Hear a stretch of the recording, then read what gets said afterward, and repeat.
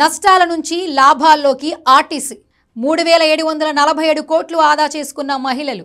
ప్రతిరోజు 18 లక్షల మంది మహిళలు ప్రయాణం. 1389 కొత్త బస్సుల కొనుగోలుకు ప్రణాళికలు. జీవో 41 ద్వారా కొత్త ఎలక్ట్రిక్ వాహన విధానం.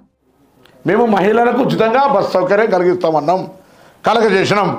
నాకంటే ముందు కూడా ఇటువంటి రవాణా సౌకర్యాలకు సంబంధించిన మెట్రో, ఓలా, ఊబర్, ర్యాపిడో ఇట్లా అనేకం వచ్చినాయి. వాటి ద్వారా మీరు ఎప్పుడేం మాట్లాడాలి. ఇలా టీఆర్ఎస్ రెచ్చగొడితే రెచ్చిపోకండి. అదే టీఆర్ఎస్ నాయకత్వం అడుగుతున్నా, మీరు మహిళలకు బస్సు సౌకర్య విధానాన్ని వ్యతిరేకిస్తున్నా, అంత దమ్ము ఉంటే చెప్పమని అడుగుతున్నా. కొన్ని పార్టీలు హామీలు ఇస్తాయి, తరువాత గాలికి వదిలేస్తాయి. కొన్ని పార్టీలు చెప్పింది తూచా తప్పకుండా చేసి చూపిస్తాయి. రెండో కోవలోకి వస్తోంది కాంగ్రెస్ పార్టీ. ఇచ్చిన హామీలను అమలు చేయడంలో హస్తం పార్టీ ఎన్నడూ వెనుకడుగు వేయలేదు. అన్ని వర్గాల సంక్షేమమే ధ్యేయంగా కాంగ్రెస్ ప్రభుత్వం పనిచేస్తోంది.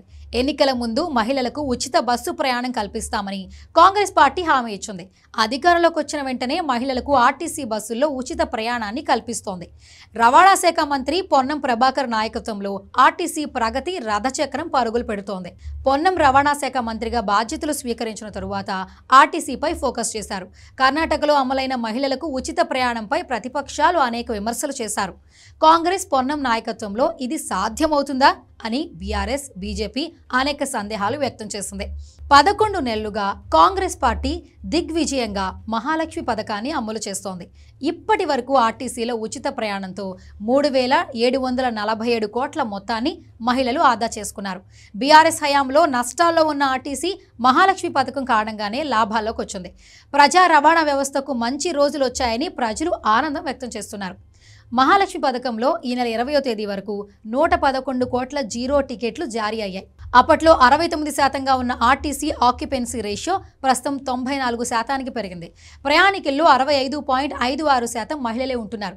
సాధారణ రోజుల్లో ప్రతిరోజు 9 నుంచి 10 లక్షల మంది సిటీ బస్సుల్లో ప్రయాణిస్తుంటే ఉచిత బస్సు ప్రయాణం తర్వాత ఈ సంఖ్య ఏకంగా 18 లక్షలకు చేరింది.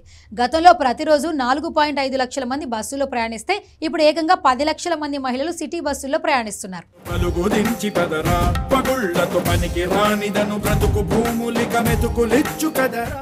గత ఏడాది డిసెంబర్ నుంచి ఇప్పటి వరకు రాష్ట్ర ప్రభుత్వ ఆర్థిక సహకారంతో 1389 కొత్త బస్సులు ఆర్టీసీ కొనుగోలు చేసింది.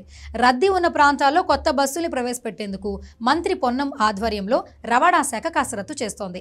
మొదటి విడతలో మహబూబ్ నగర్, కరీంనగర్, ఖమ్మం, వరంగల్ ఉమ్మడి జిల్లాల మహిళా స్వయం సహాయక సంఘాల నుంచి ఆర్టీసీకి అద్దె బస్సులను తీసుకునేందుకే ప్రణాళికలు సిద్ధం చేస్తుంది. ఇందిరా క్రాంతి పథకం ద్వారా తొలి దశలో 600 బస్సులు కొనుగోలు చేయనుంది.